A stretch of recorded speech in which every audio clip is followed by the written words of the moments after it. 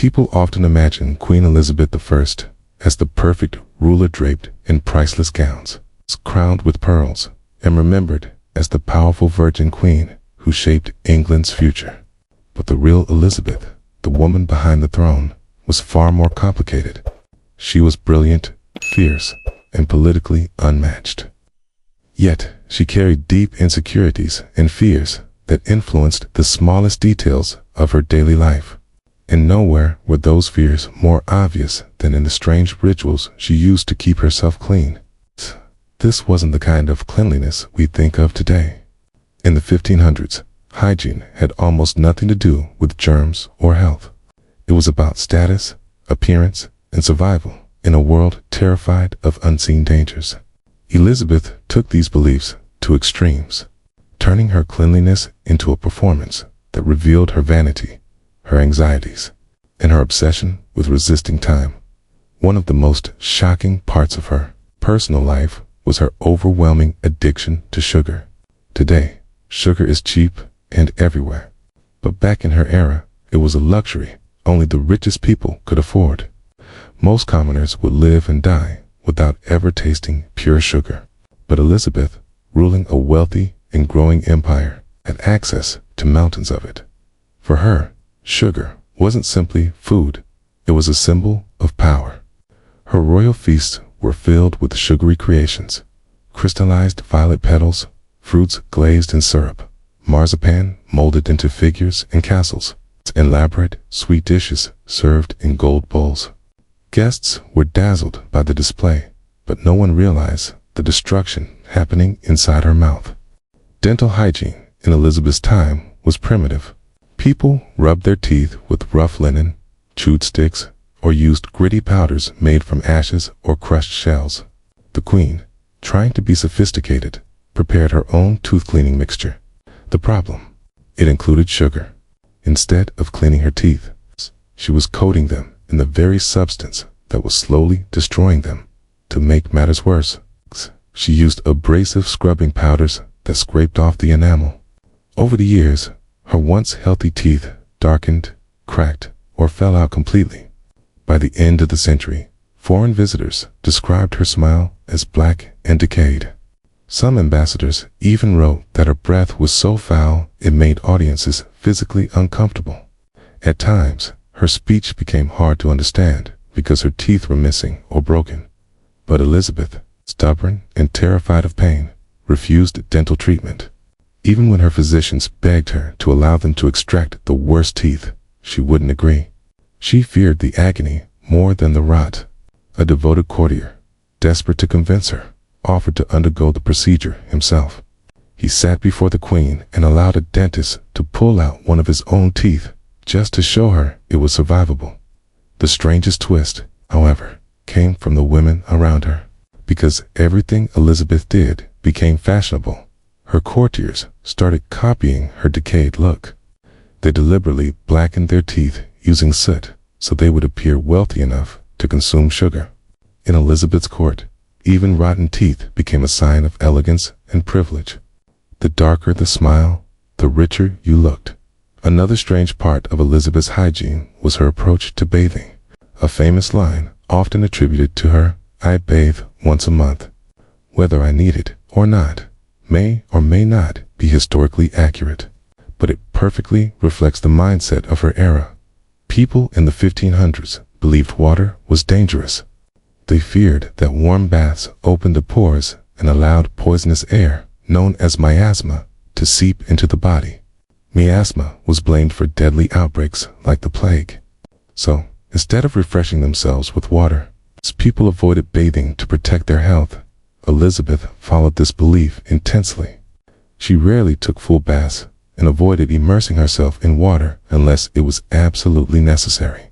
But she wasn't considered unclean by the standards of her time. Instead of washing, she used a method that was believed to clean the body from the inside out. She constantly changed her linen underclothes called shifts. These soft garments absorbed sweat and oils from the skin. By replacing them multiple times a day, she believed she was keeping her body pure without risking the dangers of water. This wasn't laziness. It was fear of disease, fear of weakness, and fear of losing control over her carefully crafted image. Elizabeth wanted to seem untouchable, nearly divine. To her, even water felt like a threat to that illusion. People in the 16th century had a strange idea about cleanliness, and Queen Elizabeth I followed those beliefs more strictly than anyone else at court. The fine linen she wore wasn't just expensive clothing. It was believed to act almost like a sponge that pulled sweat, dirt, and harmful substances straight out of the skin. In their minds, you didn't need soap or water. You only needed clean fabric. Fresh linen was their version of a shower. Whenever Elizabeth wanted to refresh herself, she didn't go anywhere near a bath. Instead, her attendants brought bowls filled with rosewater, vinegar blends, or specially prepared herbal infusions created by her personal apothecaries. Her ladies-in-waiting lightly pressed these scented liquids onto her skin using soft cloths. It wasn't scrubbing or rinsing. It was a delicate, ritualistic patting meant to maintain her royal image. To them, her body wasn't simply a human body. It was an object of state. Something to be preserved, guarded, and presented like a sacred relic. And in her world, it needed to remain flawless, no matter what. Why didn't she just take an actual bath? Because a bath for a queen was practically a ceremony. Elizabeth lived in palaces with no running water, no bathrooms, and no practical way to heat an entire tub easily. If she wanted to bathe, servants had to bring out a massive wooden barrel, haul dozens of buckets of water across the palace, heat each one separately, and pour them in one by one. More servants had to monitor the temperature, keep the water warm, and stand by in case she needed anything. Preparing a bath for the queen was like organizing an event, not a daily routine. So bathing became rare, expensive, time-consuming, and unnecessary in her eyes. And still, people believed she was one of the cleanest women of her time. She wore luxurious gowns made from velvet and silk garments. She changed constantly. She surrounded herself with perfumes, spices, floral oils, and scented gloves. Everything about her appearance was designed to suggest purity, refinement, and elegance. But none of this had anything to do with hygiene as we understand it today. It created the illusion of cleanliness. It was a costume of cleanliness. Real sanitation, washing with soap, rinsing with water, removing dirt from the skin didn't exist in her routine. Elizabeth didn't avoid bathing because she was lazy, careless, or indifferent. She avoided it because water threatened the carefully constructed image she presented to the world. A bath could melt her white makeup. A bath could disturb the mask she lived behind. A bath could expose the human being beneath the legend. And Elizabeth spent her entire life trying to be more than human. Her face, perhaps the most recognizable in English history, was not her true face at all. It was a manufactured facade. Portraits show a woman with skin as pale as porcelain, unnaturally smooth, and almost statue-like. But those portraits lie. What the world saw was not Elizabeth Tudor. The woman it was Elizabeth the myth. In her era, pale skin symbolized nobility, wealth, and divine favor. A white face meant you were above manual labor, untouched by the sun, and elevated above ordinary people. So Elizabeth pushed that ideal to the extreme. She didn't simply use makeup. She constructed an entire identity out of it. Her signature cosmetic was something called Venetian cerussa, a lethal mixture of white lead and vinegar. It gave her a smooth, chalky complexion, hiding scars from the smallpox she suffered in her youth. It erased imperfections, shadows, and signs of age. But beneath the layers, her skin was slowly being destroyed. The poisonous leads seeped into her pores, causing swelling, inflammation, and oozing sores. Instead of stopping, she masked the damage with even more makeup. Every year, her painted face grew heavier, thicker, and more rigid, till it resembled a mask more than the skin of a living woman. Her lips were no safer. To achieve the bright red color she loved, Elizabeth used pigments made with mercury and other deadly toxin. Over time, Mercury poisoning can cause tremors, memory loss, anxiety, and mood swings. Many historians believe Elizabeth experienced all of these symptoms during the later years of her reign. She never suspected that the beauty rituals she depended on were slowly weakening her body, but she would never abandon them. For Elizabeth, her appearance was not simply personal vanity. It was political power. Her image belonged to England. The kingdom relied on the idea of an ageless, untouchable Queen Gloriana, the Virgin Queen. Painters were forbidden from capturing her real, aging face. Instead, they had to use templates from her youth, showing that every portrait looked identical, eternally young, eternally perfect. She controlled light the same way she controlled her image. She avoided bright, natural daylight, preferring dim candlelight and controlled shadows that softened the cracks and thickness of her makeup. In her final years, whispers spread that her face had become so fragile that touching it could cause the layers of ceruse to flake off like plaster. She rarely allowed anyone close enough to see the reality underneath. She washed her face, rarely because washing meant removing the illusion. Beneath the mask was an aging woman, tired, scarred, and mortal. Elizabeth could not allow the world to see that version of her. She believed that a queen couldn't simply be human to understand her hygiene. You must understand her deepest fear, the fear of losing control. Every perfume, every glove soaked in scent, every carefully painted feature was a weapon she used to protect her authority. In her world, bathing wasn't just inconvenient. It was dangerous physically and symbolically. Water washed away makeup, washed away the illusion, and washed away the divine image she spent her entire life building. Two people of Elizabeth's time. The idea of exposing the naked body was unsettling. A bare body meant openness, softness, and vulnerability. And for a woman who had watched her own mother, Anne Boleyn, be torn apart by politics and courtly betrayal, Elizabeth vowed never to let herself appear exposed in any way. To her, showing skin was not just improper, it was dangerous. So she avoided full bathing and created her own style of cleanliness. One built not on soap and water, but on ritual, fragrance, and careful illusion. Every morning, her chambers filled with the aroma of flowers and herbs. Her ladies prepared bowls of rosewater, lavender distillations, vinegar blends, decay, and special herbal waters crafted in the palace's still rooms. These mixtures had no real power to wash away dirt. Instead, they were dabbed onto her neck, wrists, arms, face to mask natural human odors and create the impression of freshness. A soft touch behind the ear, a scented rub along the collarbone, a perfumed handkerchief tucked discreetly into her sleeve, and she would glide through the palace like a moving bouquet. There was no scent of labor, sweat, or humanity about her, only layers of sweetness and spice. She carried pomanders as well, small, decorative balls filled with crushed herbs, ambergris, resins, and expensive imported spices. These were either attached to her clothing or hidden between the folds of her elaborate gowns.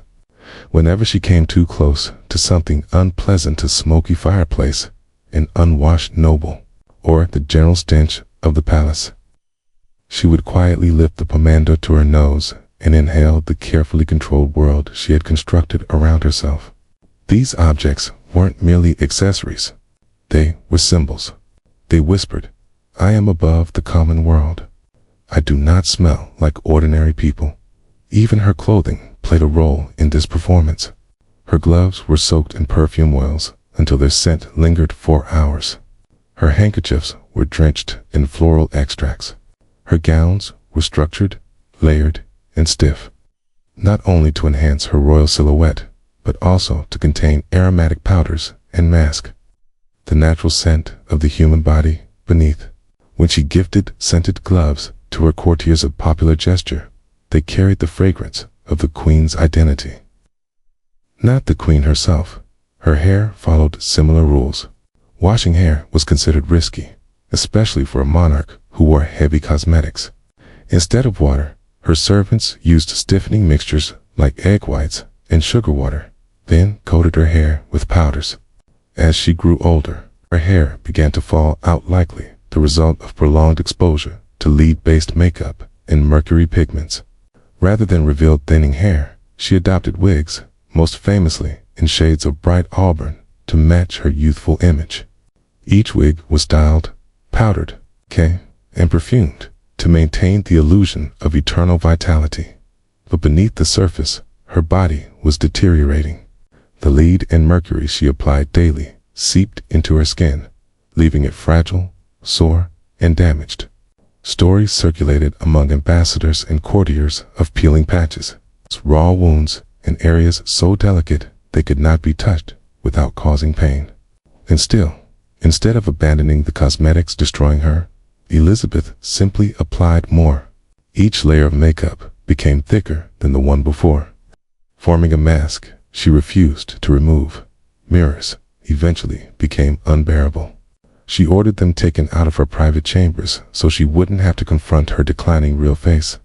It was said that one servant's entire job was to dust powder on her neck and shoulders in private so that no one, not even her closest companions, would catch a glimpse of unpainted skin. She lived inside an image of herself so carefully constructed that it became a prison. Skipping baths wasn't simply the result of inconvenience. Avoiding water meant preserving the illusion. Bathing would strip away the paints and powders that formed the outer shell of Queen Elizabeth, the legend. To cleanse the body was to acknowledge it was aging and mortal, and she had spent her life convincing England that she was something more than mortal. In her last years, she carried a scented walking stick. When unpleasant smells drifted toward her stale sweat, illness, or the general odor of crowded Tudor rooms, she would lift the stick to her nose. It served two purposes. It defended her from foul air and reminded those around her of her superior status. With every subtle gesture, she declared, "I am the Queen. I do not live as you live." Her body had transformed from flesh into symbol. It was no longer merely her on it represented the stability of the English crown. It had to remain untouched, immaculate, and nearly sacred, even if maintaining that illusion meant destroying the woman beneath it. From a distance, Elizabeth's palaces looked magnificent, glittering halls, polished wooden floors, tapestries dripping in gold thread, chambers filled with music and luxury. But the reality behind the velvet curtains was far less elegant. There were no bathrooms, no sinks, and certainly no plumbing. Her personal toilet was called a close stool. It's a beautifully decorated wooden chair with a cushion on top. Underneath the cushion, however, was nothing but a simple ceramic pot that collected waste. It had to be emptied manually, scrubbed, and perfumed several times a day. And surprisingly, this unpleasant duty wasn't assigned to a low-ranking servant. It belonged to an important noble officer known as the Groom of the Stool. Despite how the title sounds, this man wasn't a janitor. He had enormous political influence. Being near the Queen in her most private moments meant receiving her secrets, her worries, and sometimes even her political strategy. In the strange hierarchy of the Tudor court, the closer you were to her body, the closer you were to power. Inside Elizabethan palaces, the truth was far less glamorous than the shimmering portraits and silk draperies suggested. There were no flushing toilets, no sewage systems, and no pipes to carry waste away. Instead, everyone from servants to nobles relied on simple chamber pots, wooden buckets, or ceramic bowls for their needs.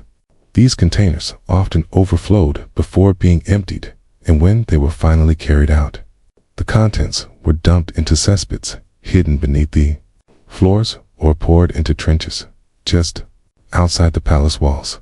The unpleasant task of managing this mess fell to workers known as gong farmers, so-called night soil men. Their job was so foul that they could only work during the darkest hours when most of the court slept. Carrying heavy buckets of waste, they navigated narrow staircases and dim corridors, constantly trying not to spill the contents they hauled. They emptied the cesspits, removed the sludge, and transported it through the castle grounds to open trenches. The stink was almost unbearable, lingering everywhere long after the workers had gone to fight the odor. The palace staff attempted their own form of air freshening. They burned aromatic herbs, lavender, rosemary, mint, and sweet marjoram to mask the scent. Guests would scatter petals across the floors. Hand, rushes, or straw mats soaked in fragrant oils were spread across rooms to trap the smell. But those rushes were rarely replaced. Instead, layers of filth dust, spilled food, hair, mold, insects, and rot collected beneath them, turning the palace floors into hidden pockets of decay. Not even the queen herself could escape the environment. The odor seeped into every hall, every chamber, every corner of royal life. Elizabeth frequently moved her court from one palace to another, not only for political purposes, but because the waste buildup made the air unbearable. The longer her household stayed in a single residence, the more overwhelming the stench became. Even her mountains of perfume, scented gloves, and herbal waters couldn't completely hide the reality. No amount of rose, oil, or jasmine sachets could erase what lay beneath the grandeur. This was the real world behind the Elizabethan empire of glitter on the surface and rot underneath. A place where velvet curtains draped walls that hid cesspits, where gold leaf ceilings hung over rooms filled with the smells of waste, food decay, and sickness. It was a kingdom where the most powerful woman in Europe lived side by side with the constant odor of her own people. But Elizabeth's response to this reality wasn't simple. Avoidance it was strategy. She didn't neglect hygiene out of laziness. She crafted an image deliberately. Every time she refused a full bath, every time she dabbed herself with scented water instead of washing, every time she powdered her skin or changed into a fresh linen shift, she was reinforcing her own myth. This was more than fragrance. It was armor in a world where a single whisper could destroy a woman's reputation. Elizabeth built a version of herself that could not be touched. She hid her real body behind silk, her real scent behind flowers, her aging skin behind paint. Her beauty routine became a shield one she used to convince the world she was eternal, flawless, and above human weakness. She understood something crucial. Appearances were power. Bathing risked removing the layers that held that power together. Water could loosen her thick white makeup. It could reveal blemishes, age, or exhaustion. It could show that she was a mortal woman beneath the performance. And Elizabeth refused to allow that. Instead, she created a rule for herself: better to perfume than to wash, better to mask than reveal, better to build a legend than to show a flaw. She powdered her face until it resembled polished marble. She perfumed her gloves and handkerchiefs until the air around her smelled like a garden. She perfected the art of standing, moving, and speaking like someone who wasn't fully human. She kept painters under strict control, banning them from depicting her real aging features. Her official portraits always showed the same unchanging face, ageless, smooth, and immaculate. Elizabeth I was not clean by our standards, but she was immaculate by design. Her rituals weren't about removing dirt. They were about protecting her authority. She mastered the ability to be seen without being truly known. In the end, the purity she valued wasn't on her skin at all, it lived in her myth. And for a queen who shaped the identity of an entire nation, the myth mattered far more than the truth.